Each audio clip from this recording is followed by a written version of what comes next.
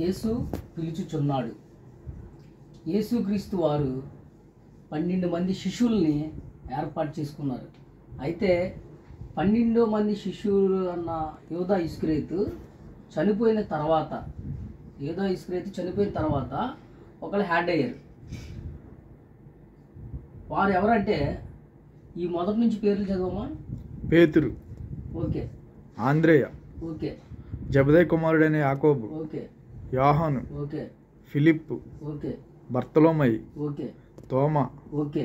మత్తయి, okay. అల్ఫై కుమారుడైన యాకోబు, okay. లెబ్బయి, okay. కానానీయుడైన సీమోను, okay. ఇస్కరియోతు యూదా. ఓకే.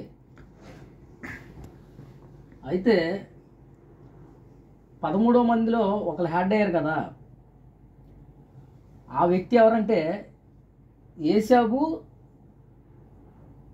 మత్తీయ. అయితే మత్తీయ ఎన్నుకోబడ్డాడు. అయితే వీళ్ళిద్దరి మధ్యలో ఈ 11 మంది ప్రార్థన చేసి చీట్లు వేయడం జరిగింది. చీట్లు వేయడం జరిగితే అది మత్తీకి ఇవ్వబడింది, మత్తీకి. అయితే ఇంకో మనిషి ఏర్పాటు పడ్డాడు, 14వ మనిషి,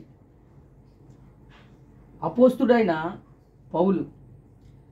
అననీయ అతను అభిషేకించిన మనిషి.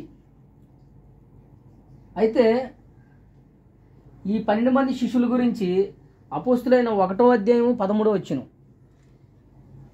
ఈ యేసబు, మత్తీయ అపోస్తులైన 1:23-26వ అధ్యాయం. అపోస్తులైన పౌలు 9:17-18వ అధ్యాయంలో ఉంటుంది.